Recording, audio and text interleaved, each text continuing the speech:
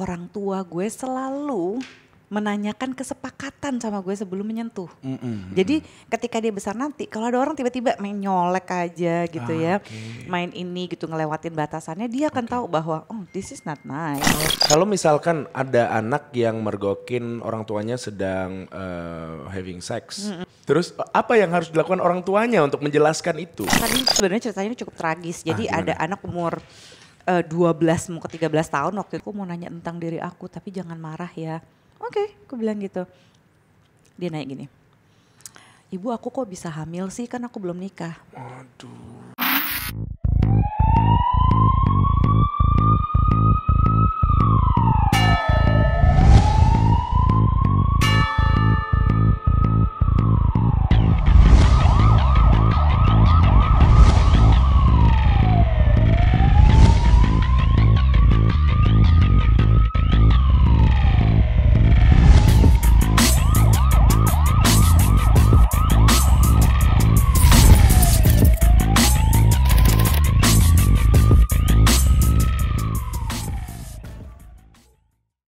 Mbak Zoya, terima kasih sudah mau datang ke sini. Ini jauh sekali di planet mana ini ya? Iya, mohon maaf banget. Nanti kalau ada rezeki baru kita pindah yang kedekatan ya. Tapi jujur sebenarnya hari ini tuh aku happy karena apa ya? Bisa dibilang ini mungkin beberapa orang menganggap hal yang tabu gitu karena kita akan membicarakan masalah seks. Tapi aku mau ngasih Lu gak takut dolar merah nih? Gak masalah gue. Gue beberapa kali ngomong sama temen gue atau siapapun tamu yang duduk di sini, mereka mungkin khawatir nanti gue nggak bisa naikin ini engagement lu atau gimana. Gue bilang ruang interogasi itu kayak baby gue, jadi I don't really care about number gitu. Gue kira lu punya alter ego. Mungkin iya. Right? Karena di televisi gue tidak begini kan, tapi di sini gue harus begini. Entah kenapa, sometimes gue lebih nyaman begini. Oh, oke. Aneh gak sih? Enggak sih, sebenarnya justru itu balance menurut gue. Oh gitu ya? Iya kan kita tuh pernah dengar kan yang orang ini punya dissociative disorder atau bahasa kerennya tuh split personality. Itu karena dia itu kurang memberikan peluang pada dinamika kepribadiannya dia untuk benar-benar ekspresif. Jadi ada orang yang heboh doang gitu. Sementara sisi kalemnya nggak diliatin, nggak diekspresiin gitu. Nah kalau kayak gini sebenarnya it's kind of healthy though. Iya kan, itu kan gue tuh fine loh, gue baik-baik aja. Dapat pembenaran. Finally gitu dari pakar gitu kan. Nah aku tuh mau cerita sedikit soal seks ya. Waktu aku pertama kali nonton film porn videos itu SD. Yes. Kelas berapa? Kayaknya sih kelas 4 atau kelas 5. Oh iya, make sense. Ya sekitar itu karena pada waktu itu lagi heboh ya, zaman dulu tuh ada yang misalkan ngapain tuh anak-anak pada rame ke situ gitu kan, suruh terus ngomongnya pelan-pelan cekikikan gitu, nonton bareng-bareng. Terus akhirnya aku ngecek ini ternyata nonton. beda zaman tetap begitu ya kelakuannya. Sama ya ternyata ya. Gue kira zaman gue doang, gue kan udah tua banget. Aduh ternyata zaman dia juga masih begitu. Sama. Satu dekade kemudian dia masih sama. Masih sama ya, ternyata. Gitu. Tapi lo SD juga berarti Mbak? Gue pertama kali nonton porn itu kelas 5 SD. Iya berarti satu teman-teman cewek semua. Cuma reaksi yang gue dapatkan dan gue sendiri alami dan teman-teman cewek gue alami itu justru lebih awful dibandingkan reaksi yang gue dapatkan dari teman-teman cowok. Lebih awful? Kok bisa? Iya kayak begitu nonton film porno akan ini agak hardcore juga sih gitu ya. Jadi ada yang gue inget banget gila sampai sekarang 10 tahapan gitu ya. Ada tahapan adegan. Begitu adegan sampai kelima kita masih begitu. Begitu masuk tahapan 6 dan seterusnya. Itu kan ada apa sih namanya, ada zoofilia, ada yang sama binatang segala macam. Itu kita mual. Oh iya, gue juga gak suka tuh. Langsung gitu seriously gitu, ini apa sih? Dan zaman gue kan masih video beta men, yang kalau misalnya mati lampu nggak bisa keluar, mati lampu nggak bisa keluar. Gue takut ke gap dulu, kita tuh takutnya gitu, jangan sampai mati lampu, tapi gimana caranya ya gitu. Dulu VCD gitu juga tahu, sama. Iya. Terus yang mesti pakai rewinder gitu kan dulu kan. Iya itu lebih repot sih. Iya. Oh gitu ya, berarti maksudnya gini, atau balik lagi ke personalnya ya Mbak. I mean kalau misalkan nggak bisa digeneralisir, cowok tuh bakal lebih bisa mengontrol ketika dia nonton atau cewek tuh malah lebih nggak. Ini kan first experience. Lu first experience-nya gimana? Deg-degan. Nah, Gue kan? deg-degan. Sama kalau deg-degan mah. Terus gue ngerasa kayak ini ngapain sih? Loh. Sama kan? Ini penisnya dimasukin ke dalam vaginanya. Loh, terus ceweknya teriak, dia kesakitan apa enak sih ini? Gitu. Exactly. Itu. Makanya kalau ada anak kecil ya, yang let's say di bawah 10 tahun, ngelihat orang tuanya berhubungan seks. Pikiran pertamanya itu anak adalah, kenapa orang tua gue saling nyakitin? Iya, itu yang pikiran pertama gue. Gitu. Nah terus kemudian cara menjelaskannya gimana? Ini karena aku kan masih punya baby nih. Takutnya nanti ketika aku tuh harus memberikan edukasi seks itu dari umur berapa gitu. Karena zaman sekarang ini makin cepet kan apa-apa cepet gitu. Gimana tuh ya Mbak? Edukasi seks yang paling awal nih pada saat mulai dari baby itu adalah konsensual.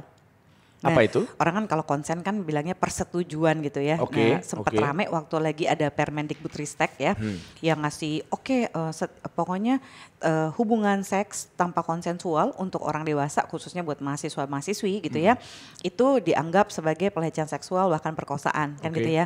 Nah konsensual itu adalah persetujuan. Nah gimana caranya kita minta persetujuan pada seorang bayi ya kan yang belum bisa ngomong. Kita ngasih persetujuannya dengan cara gini, nah ayah gantiin popok ya. Kita ngomongin dia terus. Jadi itu sebenarnya melatih kita juga untuk menghargai batasan sama anak kita. Oh, gue ngelakuin itu kok. Misalkan gue mau nidurin anak gue malam-malam tuh Mbak.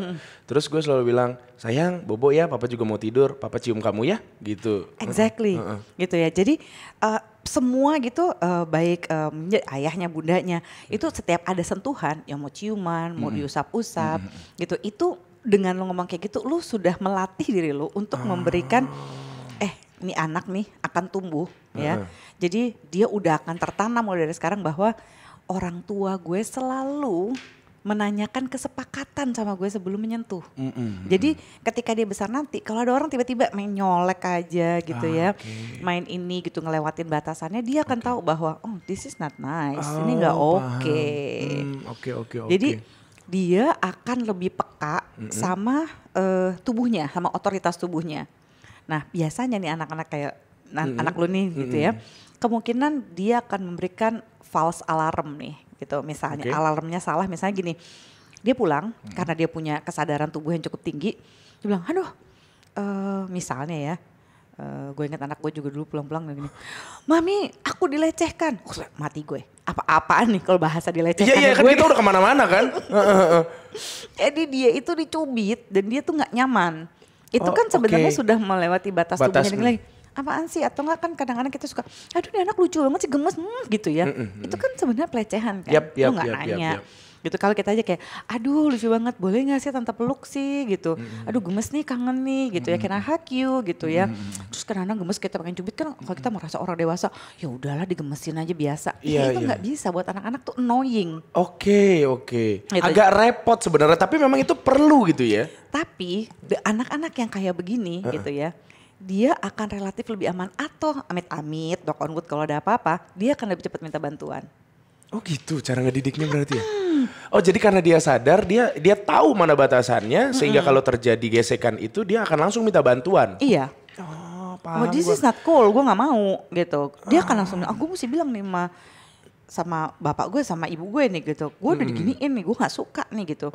Dan dia akan datang ke kita untuk coba belajar mengenai easy feelings itu. Oh iya ini memang gak nyaman, orang gak boleh giniin lu gitu kan ya. Apalagi bagian private lainnya, dia pasti akan berontak akan ini gitu ya. Kalau misalkan ada anak yang mergokin orang tuanya sedang having sex, kemudian orang gimana caranya misalkan tuh anak udah mengerti umur 3 tahun atau 4 tahun gitu dan ya mungkin karena kondisi rumahnya harus tidur bersama gitu kan itu kemudian PR banget sih. Nah itu kemudian akhirnya kepergok. Terus apa yang harus dilakukan orang tuanya untuk menjelaskan itu? Apakah harus dijelaskan secara gamblang? Secara gamblang dalam pikiran lo tuh gimana? Ya kayak nah ini love language-nya. Ya makanya aku gak ngerti gimana gini, tuh. Pertama tanya dulu sama dia apa yang dia lihat dan gimana perasaan yang lihat itu. Oke. Ya jadi jangan langsung, nah sebenarnya yang ibu bapak lakukan gini, lu kayak pesakitan. Jangan bikin kayak lu bikin dosa juga. Karena anak-anak yang di over explain kayak begitu akan menganggap bahwa there's something wrong with sex. Masa sih? Iya, karena gue tuh banyak banget dapat klien gitu ya. Ini kalau klien pasangan ya, gitu ya. Misalnya gue dapat dari 10 klien gue, gitu ya. Itu kurang lebih ya masalahnya misalnya disfungsi ereksi atau apa gitu ya. Kalau yang perempuan tuh mungkin ada vaginismus gitu ya, yang nggak bisa penetrasi. Tapi kira-kira nih 6 dari 4 klien gue itu rata-rata kita nggak bisa berhubungan seks. Oh kenapa? Tapi udah diperiksa ke obgyn apa segala macam gitu. Oh bisa kok gitu. Atau yang laki-laki tiba-tiba udah mau penetrasi lemes. Karena dari kecil udah dikasih tahu bahwa seks itu dosa. Seks itu nista, jorok. Itu gak boleh. Itu kamu harus menjaga benar-benar gitu ya. Gak boleh merawanin orang. Gak boleh hilang perjaka kamu atau apa. Pokoknya ada a lot of nasty things about sex gitu yang dikasih. Ya bayangin anaknya umur 27 tahun. 30 tahun, selama hidupnya dibilang kayak begitu, ya kali bisa dalam hitungan detik kayak tiba-tiba sejentik Thanos gitu, atau nge-switch, gak bisa gitu. Jadi mereka jadi incapable untuk berhubungan seks. Jadi kalau ditakut-takutin, kayaknya wah ada something wrong nih, orang tua gue berhubungan seks. Begitu dia udah gede, dia tahu itu berhubungan seks dan pengalaman pertamanya ngelihat orang tuanya dan langsung dikondisikan bahwa ini sesuatu yang buruk loh nak. Jadi energi kita kan langsung ini ke dia gitu. Jadi kita tanya, nak semalam ngeliat apa? Iya kan? Ya kita udah beraniin untuk ngomong kayak begitu ya. Iya mau gimana gitu, udah sampai pada titik itu. Karena kalau enggak ntar dia nanya sama tetangga lo. Oh, iya benar juga ya, mendingan sama kita guru ya. Sekolahnya. Aduh jangan sampai. Orang tua temennya matian. Iya. Mak bapaknya ngapain? Jadi tanya aja. Tanya aja, apa yang kamu lihat nak? Kebanyakan anak-anak tuh gini, kayaknya mama papa berantem deh tapi kenapa kamu rasanya kayak kenapa menurut kamu kayak berantem? Terus ada beberapa anak yang ngakuin gini, kayaknya mama sakit deh karena kan lenguhan, moaning apa segala macam itu kan diartikan seperti itu. Oh gitu, nah sebenarnya itu nggak seperti itu, gitu. Jadi kita mesti beranjak dari pemahamannya dia dulu, baru kita benerin. Gini, nak. Sebenarnya yang mama papa lakukan tadi malam itu adalah yang disebut sebagai hubungan seksual. Jelasin aja. Iya, nanti kan hubungan seksual. Iya, nanya lagi. Iya kan, dia pasti nanya hubungan seksual. Iya, hubungan seksual itu bisa jadi disebut hubungan suami istri. Tapi gitu ya, sebenarnya orang bisa aja melakukan ini walaupun belum menikah. Nah, disitulah lo masukin nilai budaya agama yang lo miliki. Kalau menurut kami nak gitu ya, ada sih orang yang akan melakukannya sebelum menikah. Nggak menikah juga bisa, tapi kalau kita sih saranin nanti aja kalau kamu sudah menikah. Kenapa? Ya terserah lu jawab nah gitu. Kenapa? Karena misalnya kalau lu punya value agama, di agama kita nggak boleh gini-gini karena apa gitu. Jadi jangan bilang ya because I say so. Iya jangan Nih, begitu. dong, Ya, gitu. ya, Jadi ya. lu kasih logikanya 1, 2 karena ini adalah hal yang akan lu nikmati gitu pada saat lu benar-benar punya pasangan yang tetap. Jadi untung ruginya pertimbangannya terus lu buka aja komunikasi gitu sama dia gitu. Jadi jangan berbelit-belit. Supaya dia nggak trauma juga dan bingung gitu ya. Dia nggak trauma dan dia tahu what to expect, sekaligus juga lumayan lu bisa masukin nilai budaya agama lu kan pada saat yang sama. Jadi yang lucu tuh Mbak waktu SMP tuh karena badan gua gede sendiri kan. Bongsor ya. Bongsor kan tuh. dari dulu. Jadi setiap kali gua ke salah satu rental VCD, teman-teman gua tuh nyuruh gua tuh, lang lu aja lang. Suruh nyewa film. Kan dulu masih rental juga. Masih rental. Dulu tuh ada film, ada yang semi, ada yang full. Nah, waktu X1, X2, X3. Iya, itu istilahnya. Terus habis itu akhirnya ya singkat cerita ketahuan lah gitu sama wak gue gitu kan. Nah, wak gue tuh banyak gitu, nggak cuma satu, ada 2 orang gitu kan. Yang satu ini marah banget, tapi yang satu ini entah kenapa waktu itu menenangkan gue karena dia bilang, "Lu kenapa marahin dia?" gitu. Justru di umur dia sekarang kita arahin yang benar yang mana supaya dia nggak keluar. Jadi tetap dijelaskan aja karena umur segini waktu itu kelas 2 SMP dia sudah belajar tentang biologi reproduksi gitu loh. Jadi nggak apa-apa dijelasin aja, kita arahkan dia. Kalau dimarahin dia anak zaman umur-umur segitu kan rebel. Iya kan, jadi kayak gua makin dilarang. Kenapa? Nah itu kata dia. Nah waktu itu entah kenapa bahasa wak gue yang satu itu menenangkan gitu loh. Akhirnya gue mencoba untuk menjadi seperti beliau ketika ada kejadian yang sama gitu. Kayak misalkan ya kita tahu sekarang mungkin di grup-grup WhatsApp anak-anak bocah kita nggak tahu ngomongin apa gitu kan. Cuman kan ada beberapa kejadian, gua nggak usah sebut nama Mbak, ada beberapa kejadian jadi di grup mereka itu juga share foto-foto atau video gitu-gitu kan. Ya memang menyedihkan tapi mungkin kalau kita menjadi seperti wak gua saat itu atau orang yang mengerti bahwa butuh arahan mungkin akan lebih baik kali ya. Iya, karena gue punya cerita ini sebenarnya ceritanya ini cukup tragis. Jadi ada anak umur 12 mau ke 13 tahun waktu itu dia baru lulus SD, dia mau lulusan SD gitu, terus dia ada kayak tugas akhir gitu ya. Jadi ini gue masih praktek lah, masih residence gitu, karena waktu itu gue di UI, jadi kan gue mesti salah satunya praktek di RSCM gitu ya. Jadi kita lagi di PKT nih, PKT RSCM gitu. Itu ada satu anak dateng udah hamil 5 bulan. Oke, kuliah nih ya? 12 tahun. Umur 12 tahun. Oke. Emak bapaknya datang sambil nangis gitu ya, setengah mau pingsan gitu. Terus ditemenin lah sama kayaknya nih pamannya dia tuh nemenin gitu, ibu bapaknya gitu. Sambil aduh kenapa kamu nggak mau ngaku? Kayaknya it's a little bit rame lah gitu ya, jadinya chaos gitu situasi itu. Terus gue bilang udah kita pisah. Jadi ada beberapa teman psikolog gitu yang satu ngekonselingin ibu bapaknya gitu ya. Terus dipisahkan. Gue bilang ya udah gue ambil anaknya deh gitu ya, set gitu masuk ke ruangan. Terus di sana itu kan PKT itu khusus untuk korban kekerasan kan, perlindungan itu dah untuk ibu dan anak yang biasanya itu diantar polisi kan ke situ untuk visum gitu. Terus deh gitu, nih anak nih bukan mukanya takut, mukanya lebih tepatnya bingung gitu kan. Terus dia bilang gini, terus gue udah kasih minum segala macam, dia bilang udah tenang aja ngobrol. Jadi udah gue bikin santai, terus dia bilang gini, ibu aku boleh tanya nggak, tapi jangan dimarahin, dia bilang gitu. Dia bilang ya saya nggak akan marah kalau kamu nggak menyinggung saya, mau bikin saya tersinggung, nggak kan gitu. Enggak sih, aku mau nanya tentang diri aku tapi jangan marah ya. Oke, aku bilang gitu. Dia naik gini, ibu aku kok bisa hamil sih, kan aku belum nikah. Gue langsung gimana? Kok aku bisa hamil? Itu udah hamil 5 bulan men. Ya udah gede lah itu. Oke, gue tanya gini, kamu ada pelajaran biologi nggak? Ada sih dikit. Tahu nggak proses pembuahan? Dia jelasin loh ke gue. Dia tahu?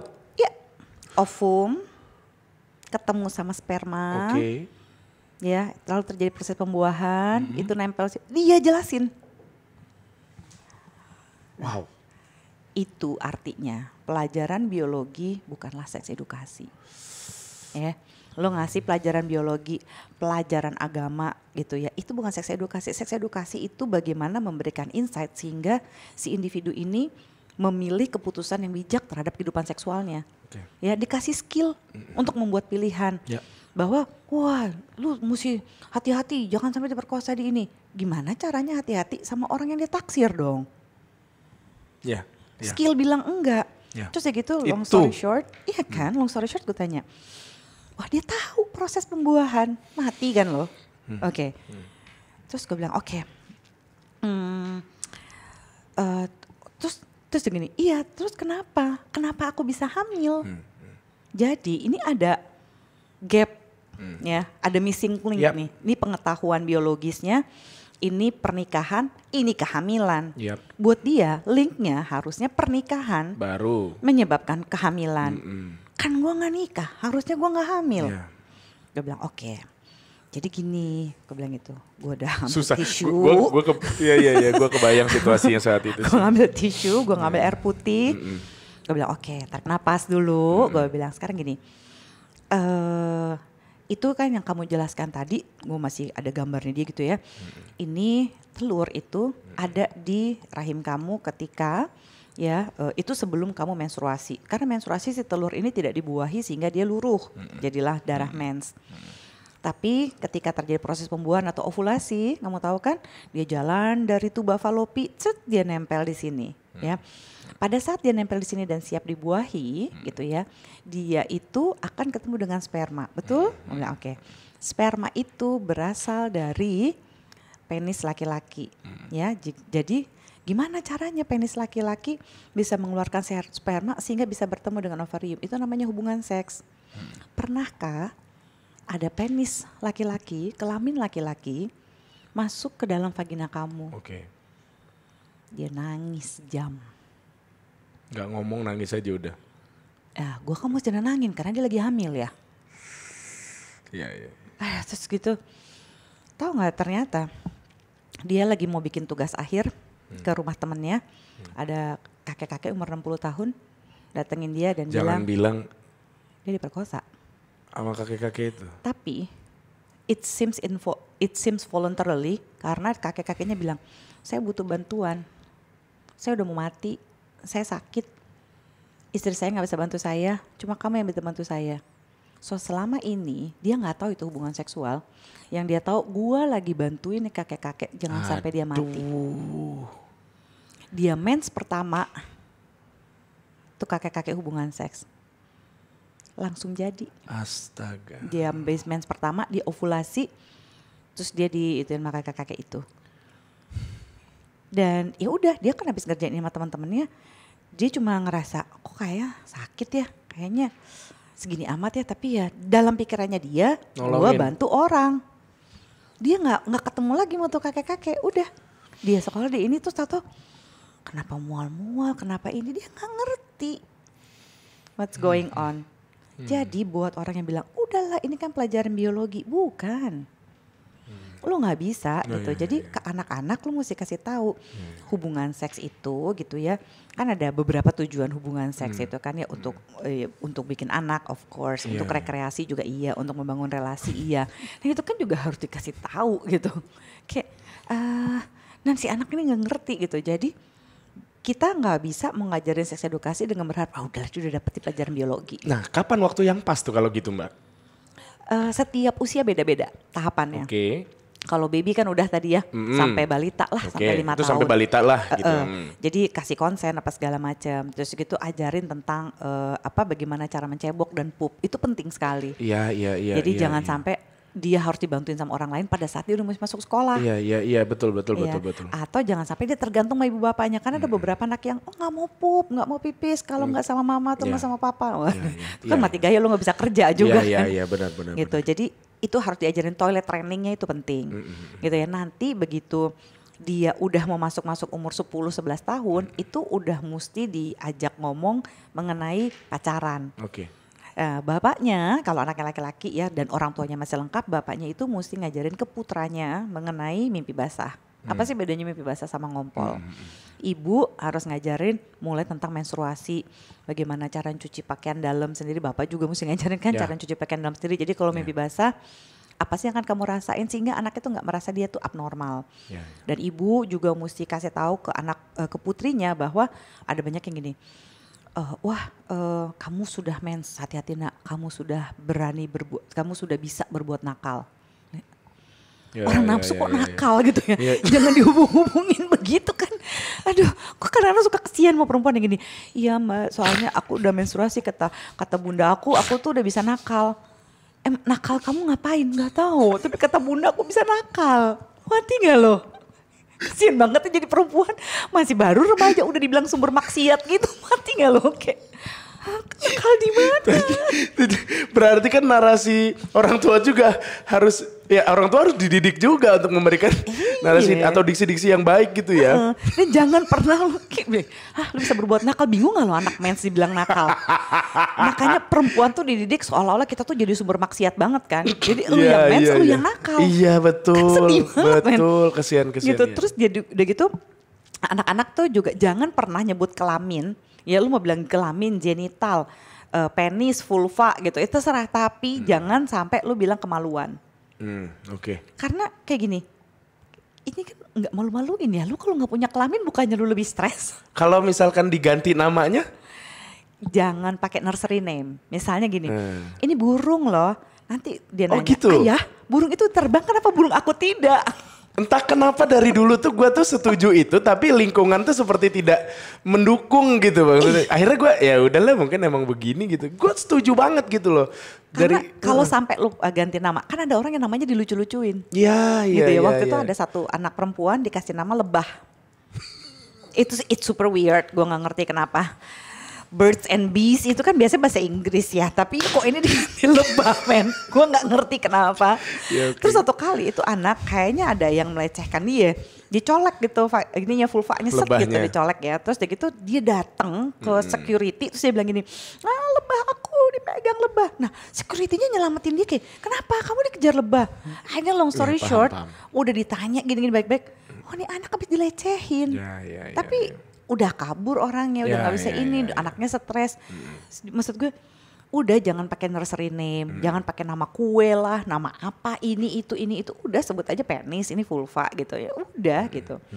Ya lu mau sebut vagina juga ya sudah lah, walaupun sebenarnya namanya vulva kan. Vulva namanya itu ya, oke. Jadi bikin aja ya itu biasa aja. Ada orang gini, tapi kan malu Mbak Zoya kalau misalnya dia bilang gini, aduh Ma aku mau pipis nih, ini aku gak tahan nih burung aku nih gitu. Ya kan sama aja bilang, kalau dia bilang penis sama dia burung kan artinya sama. Dan gitu. orang pun juga tahu gitu kan ya. So what gitu. Kayak gitu-gitu. Jadi ingatlah bahwa anak-anak itu dalam usia di bawah 12 tahun mereka itu pikirannya praktis dan konkret. Jadi jangan lu belibet gitu jelasin. Ya, paham. Ini nggak boleh karena ini, udah ini karena ini gitu. Jadi jangan. Jadi hubungan seks itu adalah mulai dari Adam dan Hawa. Ada begini. Iya jadi repot, pusing. Gua aja dengerinnya males. Gimana gitu. Nah itu adalah hubungan suami istri gitu, bisa dilakukan sebelum menikah. Tapi kalau terserah nih gitu, ada yang bilang nggak apa-apa deh anak gue biarin aja sebelum nikah, atau enggak anakku sebelum nikah. Dan jangan lupa kasus sama anak-anak, nah apa yang kita percaya mungkin sama orang lain beda nih soal seks ini. Biarin aja, karena setiap rumah, setiap keluarga memang punya aturannya sendiri-sendiri. Ya benar. Dan itu oke gitu berbeda. Jadi jangan sampai, wah kalau aku sih nggak boleh gini, kok kamu boleh? Ih keluarga kamu liar banget sih. Anak kecil tau kan, chaos dah. Iya, paham. Berarti maksud gue gini, pertanyaan gue adalah, kan dari tadi lu menjelaskan soal bagaimana sisi psikologinya, terus klien-klien yang datang ke lu kan juga ini Mbak, maksudnya tipikal yang ya mereka pengen tahu bagaimana konsultasi mengenai seks dalam kehidupan mereka gitu kan ya. Untuk psikolog kayak lu tuh juga punya psikolog lagi gak sih Mbak kalau lu pengen? Oh iya dong. Tetap harus ada ya? Gila aja. Emang human. Oh iya itu dia ya, berarti tetap harus ada. Jadi justru enaknya gitu ya, kita sebagai psikolog kan kita juga manusia gitu ya. Kita juga pasti ada titik nadir dalam hidup kita kan, yang we have to dealing with a lot of crazy stuff gitu ya. Kalau gue ngeliatnya gini, orang tuh suka mikir, pernah gak ya kayak gini deh, orang bilang gini, kok psikolog kan harusnya tahu segalanya. Enggak, pertama kita bukan Tuhan. Kedua, pernah lu denger gak ada ahli jantung yang paling hebat ngebenerin jantungnya sendiri? Iya kan gak mungkin kan. Iya. Gitu, cuma enaknya kalau kita psikolog gitu ya, ketika kita berkonsultasi, kita tahu nih dinamikanya. Kayaknya yang gue hadapin gini deh. Ya seenggaknya lebih short aja prosesnya. Betul. Kalau biasanya kayak gue bukan psikolog, gue harus menjelaskan kan. Iya gitu kan, betul. Kalau kita, jadi gue begini, ini adalah proses yang gue sadarin gitu ya. Dari proses yang gue sadarin, ada gak sih yang gue tidak sadari ketika gue bercerita ini? Apakah gue denial? Which is mungkin aja kan. Ego, ini sebenarnya yang terganggu nih ego gue atau gue nya sih gitu. Itu kita pasti butuh orang lain kok. Dan itu gak apa-apa gitu. Gak ada masalah ya. Maksud gue kalau misalkan, kan lu pasiennya banyak banget nih Mbak Zoya. Lu pernah ada di titik sampai, pernah gak? Maksud gue gini, seorang psikolog tuh ketika kedatangan pasien, tapi diri lo sendiri lagi unstable gitu. Pernah gak sih ada di titik itu? Kalau lagi unstable gue gak ngambil pasien dulu. Gak mungkin spontan ya unstable itu ya? Gak mungkin, gak. Oke. Sesuatu itu kalau unstable kan berarti gue itu sebenarnya mood, suasana hati. Kalau suasana hati kan bisa berubah. Misalnya bete gara-gara macet gitu ya. Tapi kan gue udah tahu kayak Jakarta macet pastilah. Berarti you know how to switch itu ya? Iya. Kayak misalnya kesini kan macetnya tuh kayak gila banget. Tapi gue tahu I know what to expect nih gitu. Ini bakal seru nih, gue akan ditanya apa ya sama Gilang ini segala macam.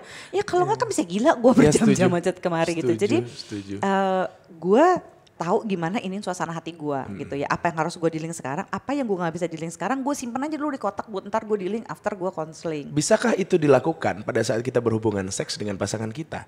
I mean gini, menarik nih. Interesting. Iya. Bisa nggak kita kontrol itu? Kita tahu mungkin pasangan kita tidak bisa melakukan apa yang kita inginkan. Mungkin kita punya banyak referensi. Oke. Kemudian akhirnya kita mencoba untuk deal with that gitu. Tapi it's okay.